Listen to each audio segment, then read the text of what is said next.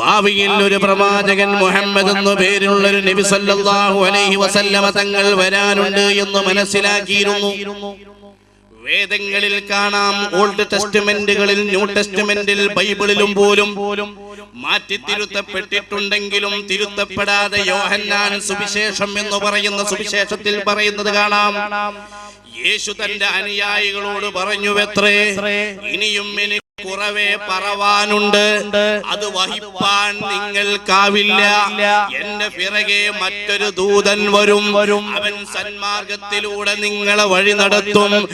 ആ മഹാത്മാവ് വരുമ്പോൾ അവരിൽ നിങ്ങൾ വിശ്വസിപ്പീൻ എന്നത് ക്രിസ്തീയ സഹോദരന്മാർ ഇന്നും പാരായണം ചെയ്യുന്നുണ്ട്.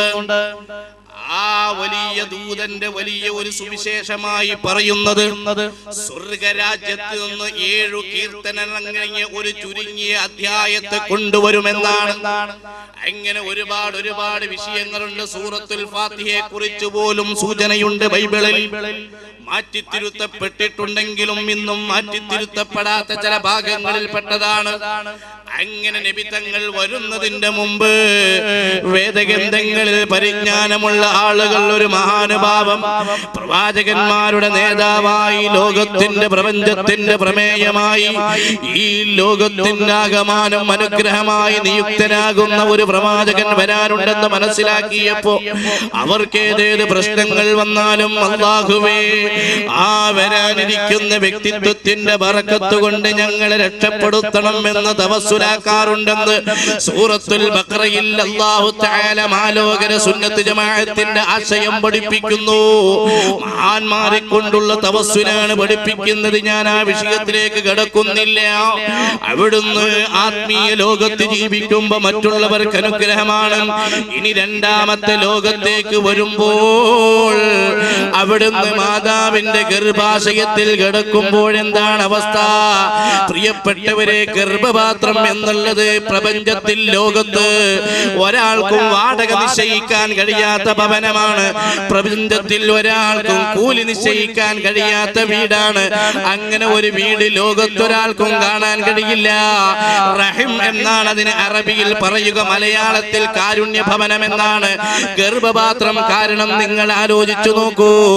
അതേ, വെള്ളമോ വെളിച്ചമോ ബാഹ്യ ലോകത്ത് നിന്ന് ലഭിക്കാതെ, വായിലൂടെ ആഹാരം കഴിക്കാതെ, മൂക്കിലൂടെ ശ്വസിക്കാതെ, എല്ലാം മാതാവിന്റെ ഗർഭാശയത്തിന്റെ മുരട്ടിലേക്കുള്ളൊരു കേബിളിലൂടെ സാധിച്ചെടുത്ത മാലോകരുടെ ജീവിതം 280 ദിവസം മാതാവിന്റെ ഗർഭാശയത്തിലാണെങ്കിൽ മൂക്കും വായയും പൊത്തി 1 മിനിറ്റ് നേരം നമുക്കിവിടെ നിൽക്കാൻ കഴിയുന്നില്ലെങ്കിൽ, പ്രിയപ്പെട്ട സഹോദര സഹോദരിമാരെ, മൂക്കും വായും പൊത്തി നമുക്ക് നിൽക്കാൻ കഴിയുന്നില്ലെങ്കിൽ, ശ്വാസത്തിന് ദ്വാരം വിളക്കാത്ത, ശ്വാസോച്ഛ്വാസത്തിന് പ്രത്യേക ഓട്ട തുളക്കാത്ത മാതാവിന്റെ ഗർഭാശയത്തിൽ നാം എല്ലാം സാധിച്ചെടുത്തുവെങ്കിൽ, ആ മാതാവിനെ സംബന്ധിച്ചിടത്തോളം മുഅ്മിനീങ്ങൾക്ക്, സത്യവിശ്വാസികൾക്ക്, മനുഷ്യർക്ക് കടപ്പാടുണ്ട് എന്നുള്ളത് ഓർമ്മിപ്പിക്കാൻ അല്ലാഹു മരണം വരെ നമ്മുടെ വയറിന്റെ മുകളിൽ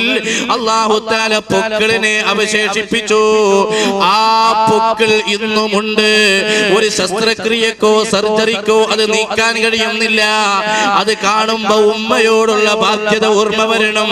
അത് കാണുമ്പോ ഉപ്പയോടുള്ള ബാധ്യത ഓർമ്മ വരണം. ആ നിലക്ക് അല്ലാഹു ബാക്കിയാക്കിയിട്ടുണ്ടെങ്കിൽ, ഗർഭപാത്രത്തിൽ കാരുണ്യത്തിന്റെ നേതാവ് കിടക്കുമ്പോ, കാരുണ്യത്തിന്റെ ഭവനത്തിൽ താമസിക്കുമ്പോ എന്തായിരുന്നു പ്രിയപ്പെട്ടവരെ അവസ്ഥ? നമ്മുടെ ഒരു സഹോദരിക്ക് ഗർഭമുണ്ടെന്ന് സങ്കല്പിക്കുക.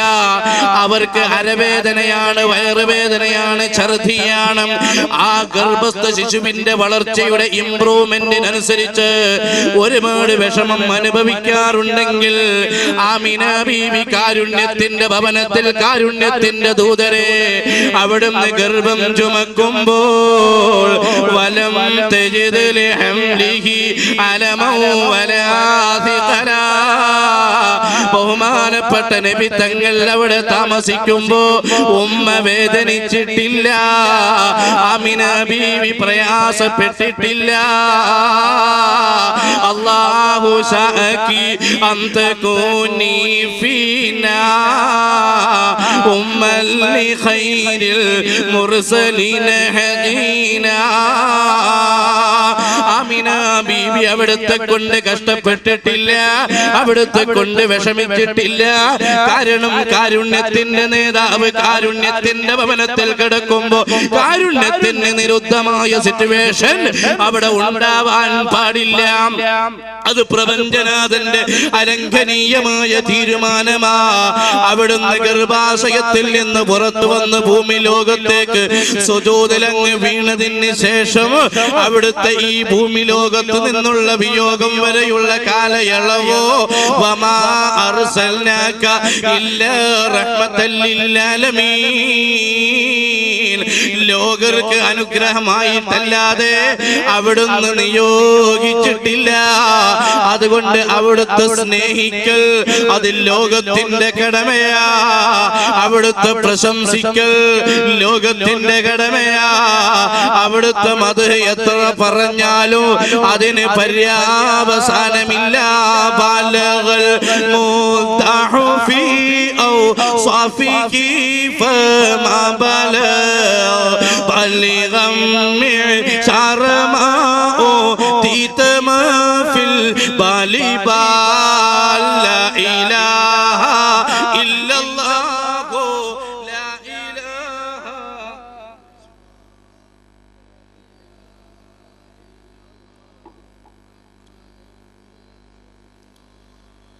ഹബീബിന്റെ മദ്ഹ് എത്ര പറഞ്ഞാലും പ്രകീർത്തിച്ചാലും പ്രശംസിച്ചാലും അതിന് ഒരു അറ്റമില്ല. ആ നിലക്ക് പ്രശംസിക്കപ്പെടേണ്ട, വാഴ്ത്തപ്പെടേണ്ട, പിന്തുടരപ്പെടേണ്ട മാതൃകാ വ്യക്തിത്വമാണ് ലോകൈക ഗുരു സയ്യിദുൽ വജൂദ് ഹബീബ് മുഹമ്മദ് മുസ്തഫ. സലാത്തിന് ഉക്കുപോരാ, അസ്സാദിഖുൽ മസ്തൂഖ് ഹബീബ് മുഹമ്മദ് മുസ്തഫ, ഷഫീഉൽ വറാ സയ്യിദ് മുഹമ്മദ് മുസ്തഫ സല്ലല്ലാഹു അലൈഹി വസല്ലം. പ്രിയപ്പെട്ട യുവാക്കളെ, സ്വലാത്തിന് കുറവ് കാണരുത്. ഗോളടിക്കാൻ പുറപ്പെട്ടപ്പോ ഗോൾ എന്ന് പറയില്ലേ, അതിന്റെ ഒരു 25% വോയിസ് പ്ലീസ് സ്വലാത്തിന് വേണ്ടി. അല്ലാഹു നമുക്ക് സ്വലാത്ത് എല്ലാം തൗഫീഖ് ചെയ്യട്ടെ. ആമീൻ പറയാൻ അല്ലാഹു തൗഫീഖ് ചെയ്യട്ടെ. അപ്പോ ഉഷാറായി.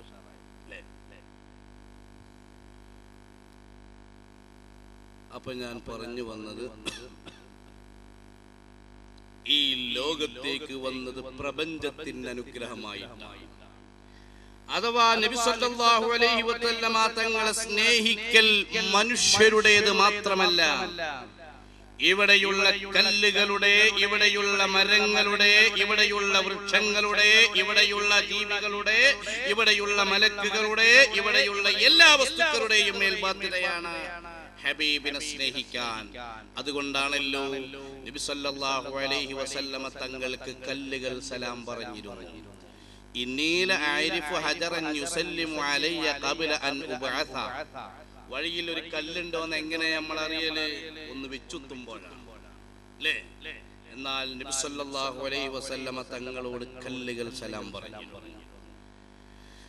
കാരണം അവിടുന്ന് കല്ലുകൾ നബി തങ്ങളെ സ്നേഹിച്ചു. ഒരാളെ സ്നേഹിക്കാനുള്ള പ്രധാനപ്പെട്ട ഒരു മാധ്യമമാണ് സലാം പറയൽ.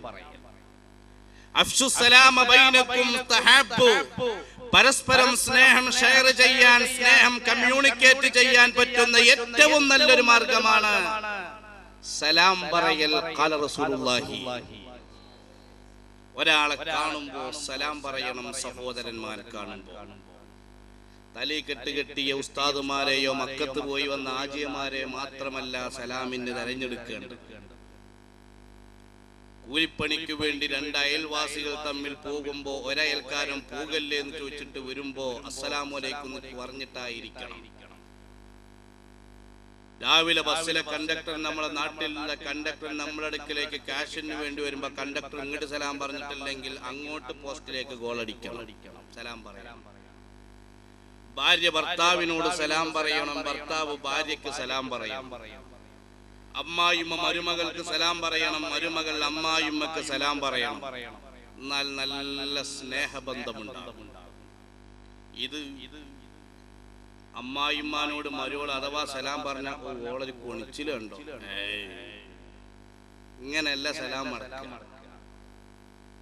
പൊതുവേ married life tragedy or comedy എന്ന് പറഞ്ഞ പണ്ടൊരാൾ വിവാഹ ജീവിതം ദുരന്തമായി മാറിക്കൊണ്ടിരിക്കുന്നു, അതല്ലെങ്കിൽ നാടകമായി ചിത്രീകരിക്കപ്പെട്ടുകൊണ്ടിരിക്കുന്നു എന്നൊക്കെ പറയാനാണ് പാടില്ല. ഒരാത്മീയ അന്തരീക്ഷമാണ്. ഉമ്മമാര് വീട് ഭരിക്കുന്നവരാണ്, നല്ല നിലക്ക് ഭരിക്കണം. അവിടെ ഇലക്ഷനിൽ തോൽപ്പിച്ച് ഭരണപക്ഷം പ്രതിപക്ഷമാകുന്ന വിഷയമൊന്നും അവിടെ വരാനില്ല. അമ്മായിമ്മ എന്നും മരിക്കോൾ അമ്മായിമ്മ തന്നെയാണ്, അമ്മോശൻ എന്നും മരിക്കോൾ അമ്മോശൻ തന്നെയാണ്. ഒരാൾ പ്രസിഡന്റ്, ഒരാൾ പ്രധാനമന്ത്രിയാണ്. ഒഴിഞ്ഞിരുന്ന് പോയി തീരുമാനിച്ചാൽ ഞാൻ അജാതാകണ്ടെന്നുള്ളത്. ചില അമ്മായിമാരുണ്ട്, മരോക്കളെ കയ്യെന്ന് ക്ലാസ് താഴെ വീണ് ഉടഞ്ഞാൽ ഈ മുസീബത്ത് കയറി വന്നത് മുതൽ തുടങ്ങിയതാണ് ഈ പേരിൽ പ്രശ്നങ്ങൾ എന്ന് പറയുന്നത്. മകളെ കയ്യെന്നെങ്ങാനും പിറ്റേ ദിവസം തന്നെ ക്ലാസ് തയ്യുന്നു വീണ കഴിഞ്ഞാൽ സാരല്ല മോളെ, അള്ളാന്റെ വിധിയല്ലേ, ഇങ്ങനെയൊക്കെ തന്നെയല്ലേ ദുനിയാവ് എന്നും പറയും. ഈ നിലയ്ക്ക് എന്താണ്, ചെറിയ ചെറിയ വിഷയങ്ങളുടെ പേരിൽ വലിയ വലിയ സംഘർഷങ്ങൾ സൃഷ്ടിക്കാറുണ്ട് പൊതുവെ. ഇത് പിന്നെ നമ്മളെ നാടാകൊണ്ട്, നമ്മളൊക്കെ നാടാകൊണ്ട് ഇവിടെയൊക്കെ നല്ല ഉഷാറാണ്, ഒരു പ്രശ്നമല്ല. നിങ്ങളുടെ ഇടയിൽ കൂടെ തന്നെയല്ലേ നാളെ മറ്റന്നാളും പോകണ്ട. അവ പ്രിയപ്പെട്ട സഹോദരന്മാരെ സഹോദരിമാരെ പറഞ്ഞു വന്നത് സലാം പറയുക, പുഞ്ചിരിക്കുക. ഒരാൾക്ക് പുഞ്ചിരിക്കാൻ വേണ്ടത് 13 ഞരമ്പാണ്, ഒരാൾക്ക് മസിൽ കുടിക്കാൻ വേണ്ടത് 70 ഞരമ്പാണ്. ലാഭേതാ? ഏതാ ലാഭം? നിങ്ങൾ തെരഞ്ഞെടുക്കുക. ജ്യേഷ്ഠ എങ്ങനെ വരുന്നു,